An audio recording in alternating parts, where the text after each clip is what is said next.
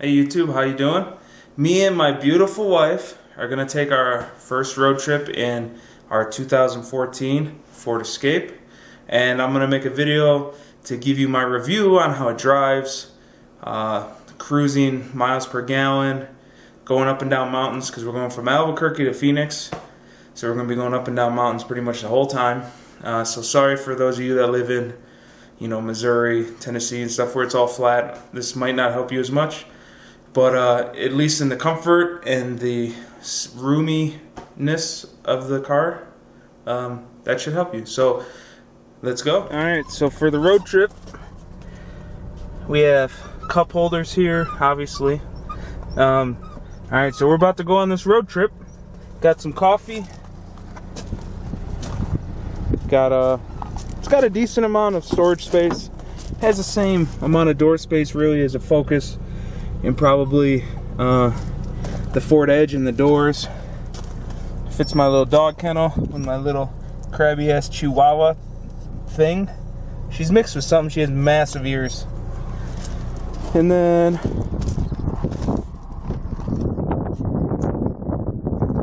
has a pretty decent amount of room in the back. So I got, that's a pretty big suitcase, computer bag, shoebox, more bags, makeup bag. So you can sort of see, even a family of four, probably, if you don't have this across, you can fill it up to the top and you should be good.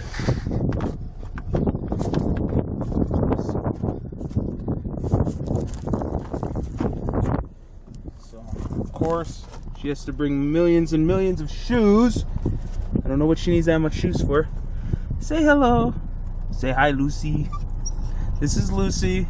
I don't know if any of you seen her in the videos already. But, oh, it's also good. Got a 110 outlet, 150 watts.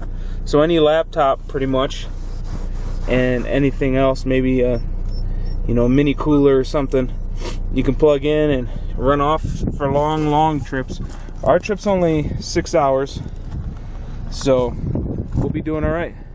All right, so we stopped to get some gas, and I noticed some small stuff that's different from my ST3 Focus that I kind of like a lot. So if you look down here at the climate control, the climate control has little ribs on the side, so it's easier to grab it, because the one on the Focus is totally smooth all the way around, so your fingers kind of just slide over.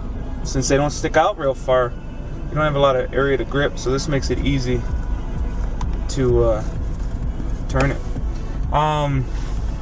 Next thing, they put the CD slot up top, which I think is kind of nice since you don't use that a lot. I do wish though that the TV screen was tilted like the ST, where it's tilted out more, because to hit the home button or setting button or info button, you sort of have to hit it like this, where on the ST you can just hit it straight. So that's one thing that I kind of wish they changed. The factory amp in this stereo, even though it's supposedly the same upgraded Sony, is definitely a lot louder than the ST.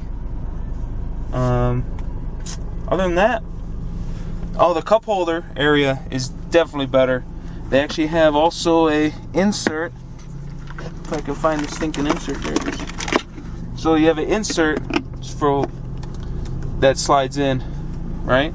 Now you could take this out, and then this is like Red Bull can size, so the Red Bull can fit in there and sit. I know probably a lot of you guys like Red Bull, so that's a positive. Alright, now I'm going to show you how to reset the odometer.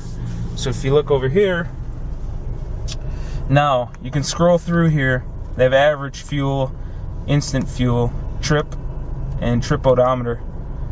So what you can do is you can reset individually, trip odometer, trip timer. You can't reset instant, and you can reset average singly. But if you want, you can just put the quadrant up and then hold this OK button right here on the left side of the steering wheel. You hold the OK, it'll count for about 2 seconds, then it'll say reset, and that's it. That's how easy it is. You just hold OK, so that resets, and then you can let go.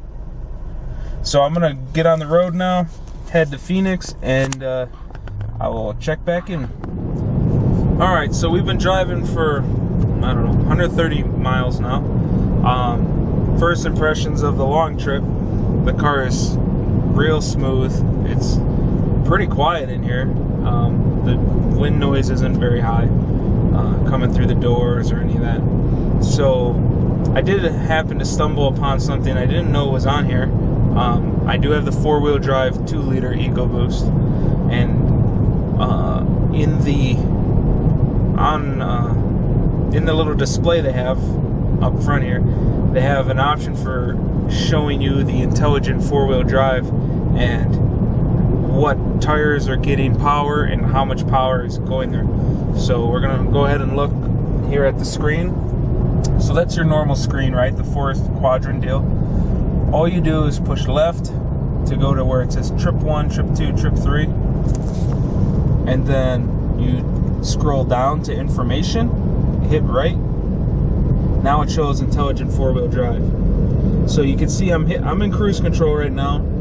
So it disables the rear tires, and it just has front wheel drive.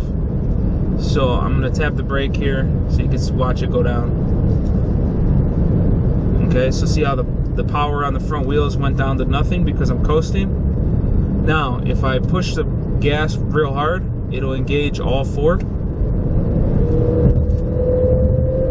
So that was when I floor it, so then all 4 wheels are getting power. So that's how they get better gas mileage in this car, is by shutting off the rear wheels so they have less rotational mass to spin, which causes less drag on the engine, which creates better gas mileage. So it's just something cool I noticed. If you have the 4-wheel drive version, you can check it out for yourself. So the only time I've noticed that it cuts off the rear wheels is when you're coasting on a freeway and chilling. When you're city driving, it seems to pretty much be 4-wheel drive all the time. This winter I'll probably do like a winter driving video to see how this thing handles in the snow and the slushiness. That's not really a word, but anyways. Alright, so after 431 miles, I got 26.6 miles per gallon. This was all up and down mountains the entire time. So I would think if you're driving flat in the middle of the plains in Tennessee or something like that, you should be at like 27.5, 28 maybe. So yeah, I'm pretty happy so far with this road trip. Alright, so driven 950 miles. We're going back home tomorrow, and I have now, over the course of driving in Phoenix, which is totally flat at an average of about 70 miles an hour on the freeway and, you know, side streets or whatever, 24.6 miles per gallon according to the little gauge. Overall, it's pretty good for, I think, the size, considering I get 25.5 in my Focus ST in the same kind of driving conditions. So 1 mile a gallon loss for having a way bigger vehicle with 4-wheel drive. I think that's real good. So if any of you guys are thinking about picking one of these up, compare it to everything else. I've driven some of the other stuff as far as the CR-V. I didn't drive the Nissan one, but they all cost pretty much more than this car, and this car has more bang for the buck. You get more technology, more options, and the gas mileage is comparable to all the rest. And this thing can actually tow 3,500 pounds bone stock without trailer brakes. So yeah, I'm very happy so far.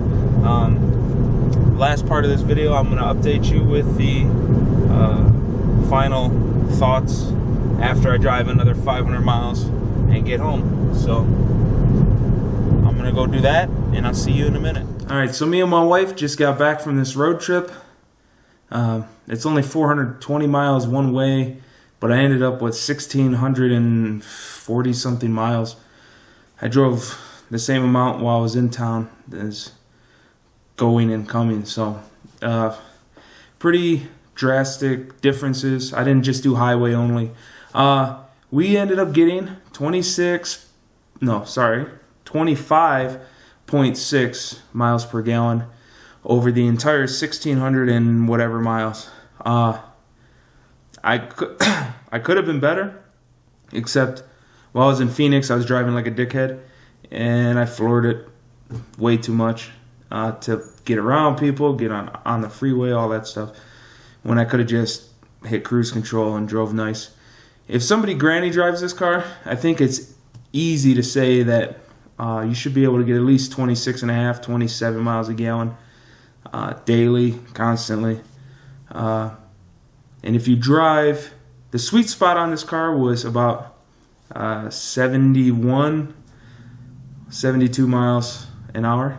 And that's where I found that the instant miles per gallon was the best. So overall, the car drives nice. Didn't have any problems. No, my ass didn't hurt crazy after driving. It's comfortable. The radio sounds a lot better than my stock ST radio, although I still will be changing the speakers out, and I'll make a video for that as well, because the speaker layout's different. The tweeters aren't in the door. What else?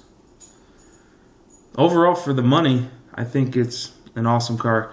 So if any of you are thinking about buying one that haven't bought it yet, you guys are fighting with like some Toyota, what was that one called? The RAV4 or the CR-V from Honda or any of the other brands. I'd pick the Ford. It's got the most power, best towing capacity. It's the same size as the other ones.